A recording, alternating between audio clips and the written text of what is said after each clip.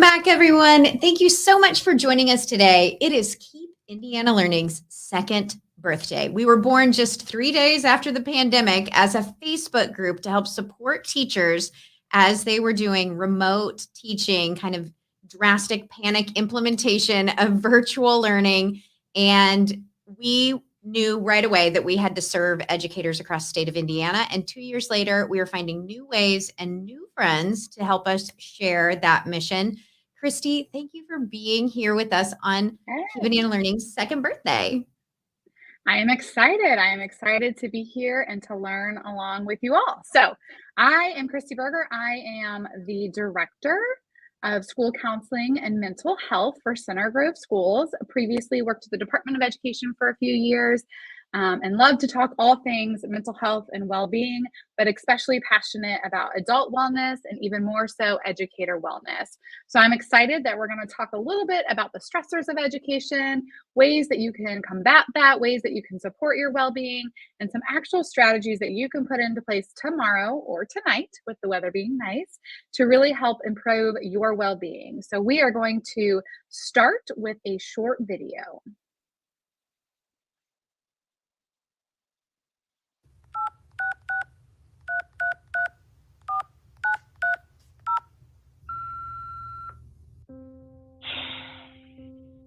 Honestly, the first thing I want to do is just burst into tears. My tank is empty and I need to binge all the Girl Scout cookies and only wear sweatpants for at least 3 months straight.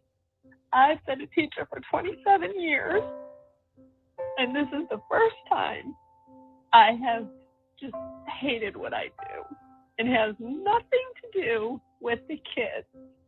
We were heroes 1 minute and then vilified. People wanted to blame us for having schools closed. I wanted to stand outside the school with a megaphone and just shout, I am just a lady. I have no idea what is going on, but I am here and I'm really trying my best. There are things that I think we'll be able to take away from this, but for the most part, it's like, I have taught hybrid, then remote, then back to in-person, then we got quarantined, and then I have to do state testing. Somebody somewhere is not listening to educators. So I had my kids in the classroom, not really socially distanced. Then I had my kids on Zoom. Then I had kids I never was able to find. They were just missing. Like, take attendance, like I just gave up. I care about my kids. I love them. But I feel like I'm choosing between my sanity and everything admin required of me. I think one of the hardest things, it's making the middle schoolers wear their masks so we can stay at school. It's like, would you just put the damn mask on and leave it on your face, please? It's been a struggle, but I also have really valued this year as a time to question a lot of the things that we believe about public education. This is our chance to really shake up education, to look at what really matters, to look at how do we spend our 53 minutes in class each day. I teach high school ELL students, to see them struggling at first, but overcoming all their challenges in a virtual environment. I'm so grateful that I looked outside as a way to safely bring my students back to school. Some days, our read alouds take place under a canopy of tall pine trees. I can't do this without getting broken up. This year has been the most challenging, but the most rewarding. And I'm so proud of all of us, teachers, administrators, students. We couldn't have done it without each other. America's educators are stronger and braver than you think. If we can make it through this year, we can make it through anything. So every time I watch that video, I get chills and I flash back to the time 2 years ago when we were celebrating birthdays, but also really struggling with what education looked like and how could we support not only our own families, but our students and their families, and really just dive into what was handed to us, right? And so this was created last year, and it still felt like until a couple weeks ago, this was still our current reality of the ebbs and flows of what's to come and not having any of that control, which is really wearing. It's really wearing on all of us, but especially those of us who are in a helping profession, working day in and day out with little humans or big humans, and trying to support them while really needing also to support our own well-being. So every time I see that, it really brings emotions and feelings. And so I want us to just take a moment and watch another short little clip. This is a good activity that you can do with your students, with yourself on your way to work, but really just letting go of the stress Hi, that you and have. welcome to Headspace. So no matter what's going on in your life right now, no matter how many thoughts are racing around your mind, no matter how the body's feeling, just take a moment to sit down and take a big deep breath, breathing in through the nose and out through the mouth.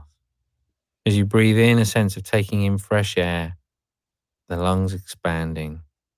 As you breathe out, a sense of letting go of any stress in the body, in the mind, just feeling the muscles soften and relax. And close your eyes if you'd like to. One more, breathing deeply in through the nose and out through the mouth.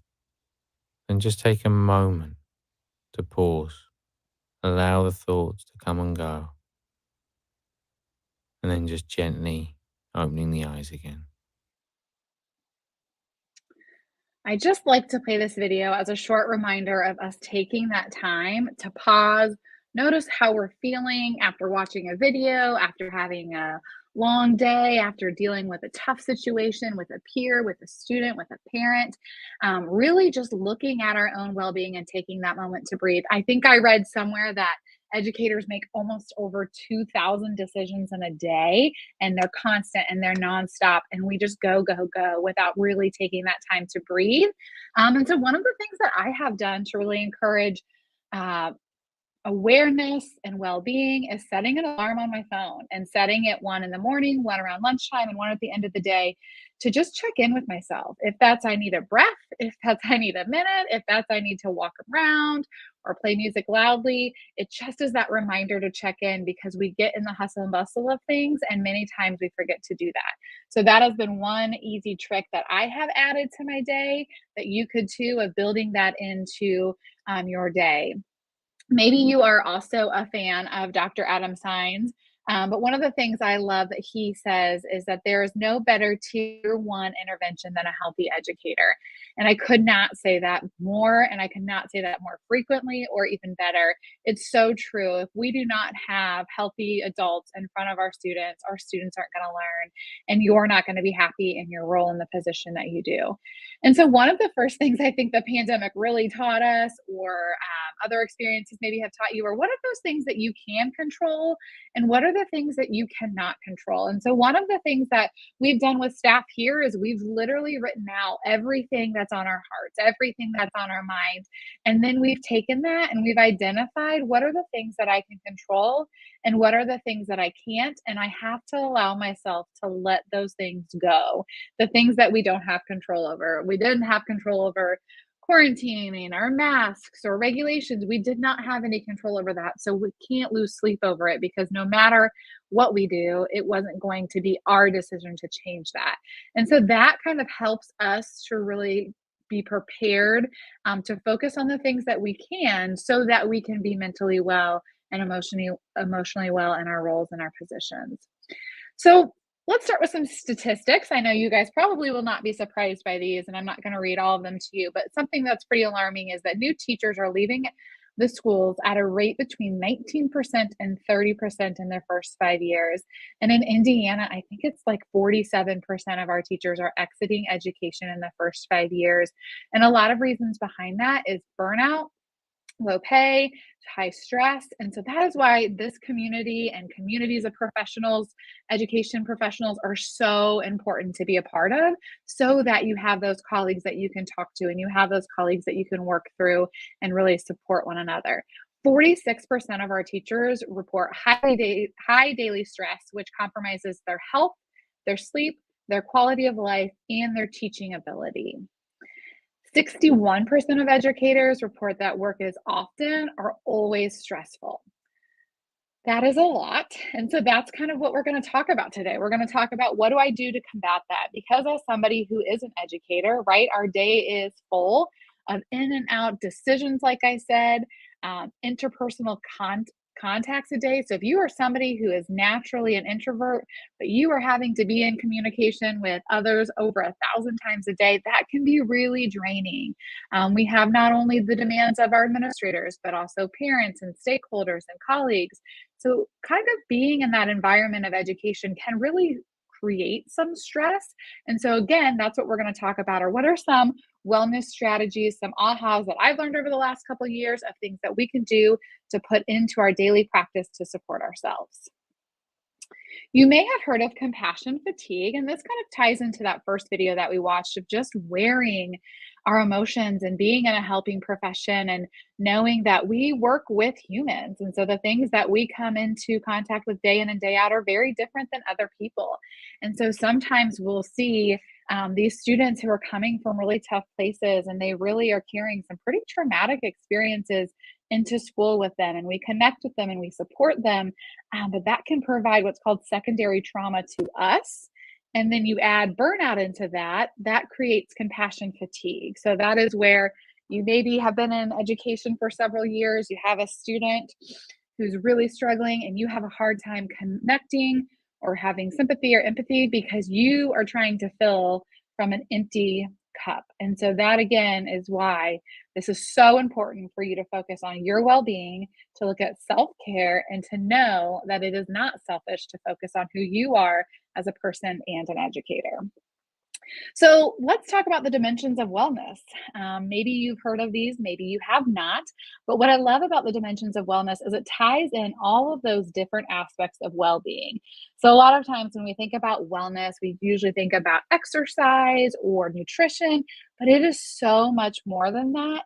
And if we are not being in balance with all of the different dimensions, then we cannot have that full picture of wellness that we need to be successful day in and day out. So we're going to give some quick tips and strategies for each area of well-being. The first is our emotional wellness. So this is where you're really thinking about how you're filling your cup, what kind of outlook you have, really being sure that you are fulfilled and positive in emotions. And so our brains, because of being in that fight, flight, and freeze for safety, we are automatically leaning towards the negative. So we have to be intentional about rewiring those negative thoughts. And so we've heard before, like if you have to vent about something or if you have a frustration, that's fine. You need to do that. You need to vent and really express how you're feeling. But I encourage you to then say two positive things because that helps to flip that negative bias of really focusing in on that. So come and share and express that vent.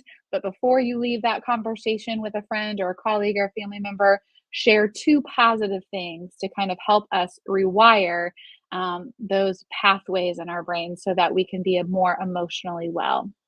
The people that we spend our time with, are they filling our cup or are they emptying our cup? Kind of thinking about, again, our emotional well-being. The next is spiritual well-being. And so this does not have to be from a church. This could be nature. This is wherever you find that spiritual fulfillment. And so having a strong sense of purpose in your life, in your daily activities. And research has shown us that people who have reported having purpose in life live longer and have a greater life satisfaction and fewer health problems. And so finding again, what is my sense of purpose? I encourage you to find something outside of your profession. Our professions are so important and they are such a part of who we are, but they do not define who we are. And so what is another sense of purpose for you? Is it being a parent? Is it being a friend? Is it being a family member? Is it being really a dog person and you love being a dog mom or a dog dad and you really find a sense of purpose in that? I encourage you to think about your day outside of work and think of one thing that can bring you that sense of purpose and really being focused in on that area of wellness as well. The next one is flipping to the professional side, right? So how do we use our gifts to feel as though we contribute to something bigger. I'm not sure about you, but many times friends and family who aren't in education, they'll always say, oh, you must feel great because you're giving back, you're working with students and families. And that is really true. I do feel that at times. I really feel like the work that I do in supporting the well-being of students and families and educators does really feel as though I'm providing a way to contribute to something bigger. And so I encourage you to do that as well, thinking about the students you serve, thinking about the colleagues that you have. How are you contributing to something bigger than that and to providing that community to really be intentional? So maybe your gift is that you are really good at details, and so you organize events, or your gift is that you're really thoughtful, and so you're part of the social committee and you provide letters of sympathy or letters of encouragement when that's needed. But really, again, finding what your strength is and how do I weave that into my day in and day out professional life. I really encourage you to think about that. The research of really having strong occupational wellness is that individuals who try to use their strengths in new ways each day for a week were happier and less depressed after 6 months. So, to me, that says me trying 7 days of really encouraging and using my strengths in my profession is going to have positive effects after 6 months. That's worth it.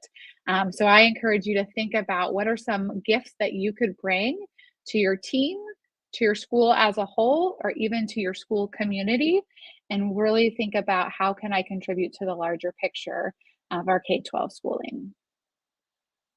Financial wellness. This is the one that when we talk about, people usually cringe because it's a hard conversation. It's a hard topic. People always say, don't talk about politics and money, right? But really, it is an important part of our well being because the weight of financial struggles can really, really, really hinder our well being. 16% of the suicides that occur in the United States are usually tied to some type of financial problem. Individuals who struggle to pay off their debts and loans are more than twice as likely to experience mental health problems, including depression and anxiety. So you might think, well, I'm in education. Of course, I'm financially strapped or I'm stressed about that. And I encourage you to think about different ways that you can look at your financial wellness and really think about how you can feel confident in that space that you're in. We have done some of these dimensions of wellness presentations with our staff here in Center Grove, and I've heard a lot about Dave Ramsey, or even just using a budgeting tool, being aware of what you spend, having that app on your phone where it alerts you when you're overspending in a certain category, but just examining your finances and seeing where are some gaps, where are some areas that I could grow, and really thinking about how you can find more peace in that space. So social wellness. So this is really that sense of connected. Again, super important to feel connected at your work.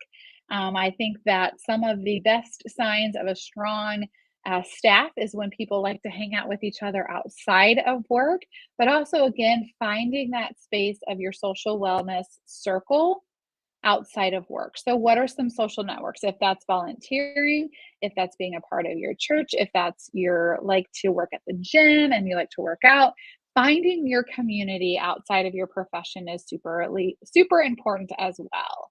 And so think today about what's one area in my social wellness that I could increase.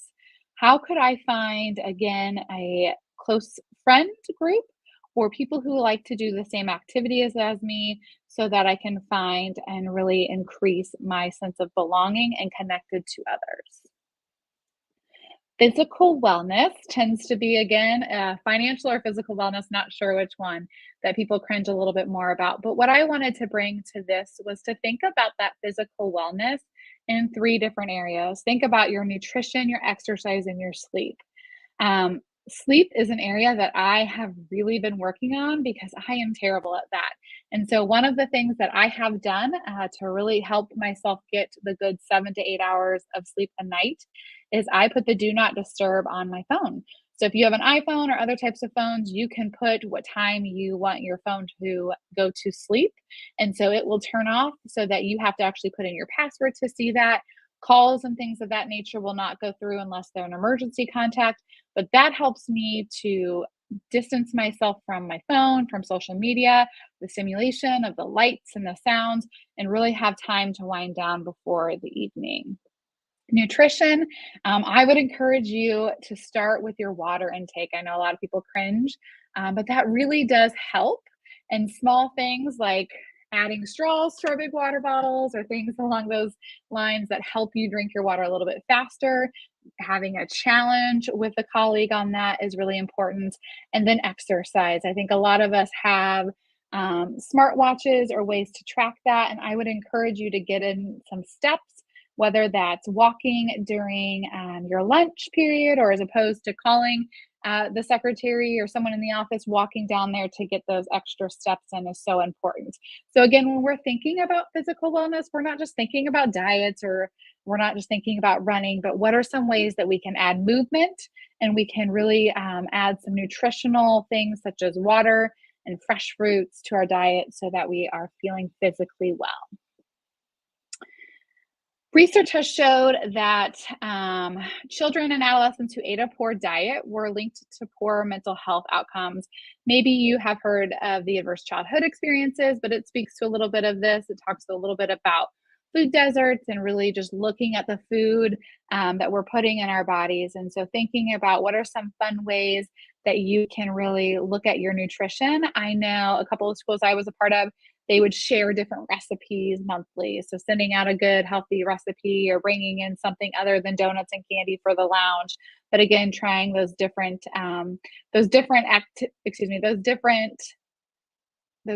foods, those different recipes to really support one another. And then again, really striving for 150 minutes of physical activity each week. So again, all of those dimensions are so important because they all play into our well-being. And so sometimes we really are excelling in one place, then I would encourage you to think through that and think what of those dimensions am I doing really well? And what's an area that I could do better? And then this little visual is kind of our survival guide and it has us think of what are some things I can do right away to really look at my well-being and really focus on who I am as a person. And so the couple that I'm going to read on here really quick for time is protect your mornings. I love this. This really focuses on what do we do when we wake up before we go to work. I've read a book that talks about not having your phone be your alarm clock because then you go straight to social media, you go straight to negativity, rather using the old school alarm clock to wake you up. Take the time before you look at your phone. Try to stay away from that. Take time to drink your coffee or read the newspaper or just slowly get ready. We've talked about sleep, the importance of really sleeping and being active, and also just laughing. It is so important to laugh. So whether that's listening to a funny podcast, catching up with a friend, find a way that you can laugh each and every day. So several links for you all that we will share out on Twitter and with other aspects of just different wellness tools for your toolbox. There's a variety of podcasts on here, apps for you. Be Well Indiana has a ton of good Indiana specific resources to connect to the financial dimension of wellness, the public service loan forgiveness. So there has been some updates to that.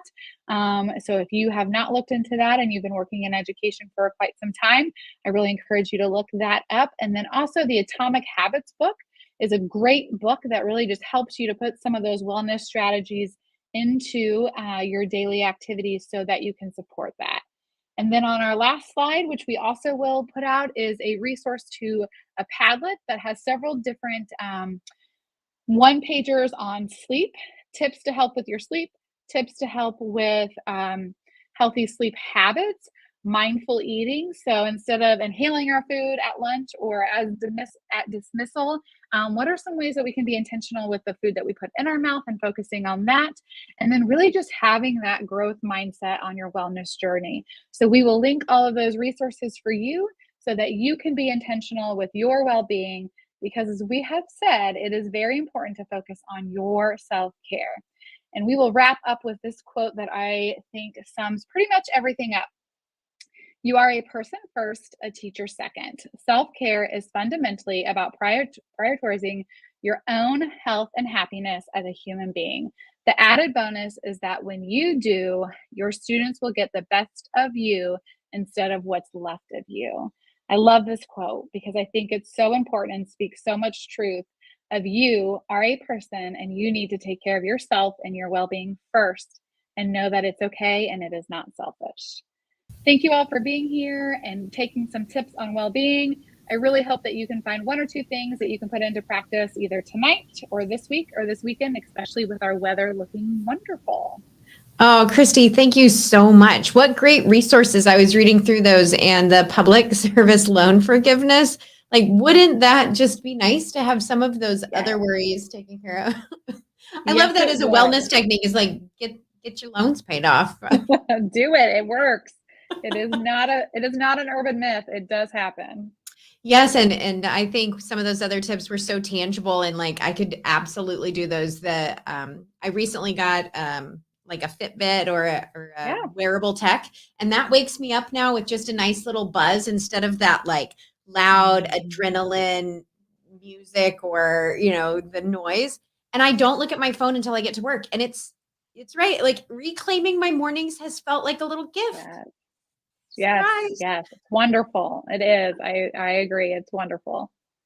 Well, thank you so much for joining us today and sharing these great tips. And I think it really has been surprising how well we are realizing just how much we matter to ourselves, and our mental health, our wellness is such a key piece of this. So thank you for bringing that to our surprise party today.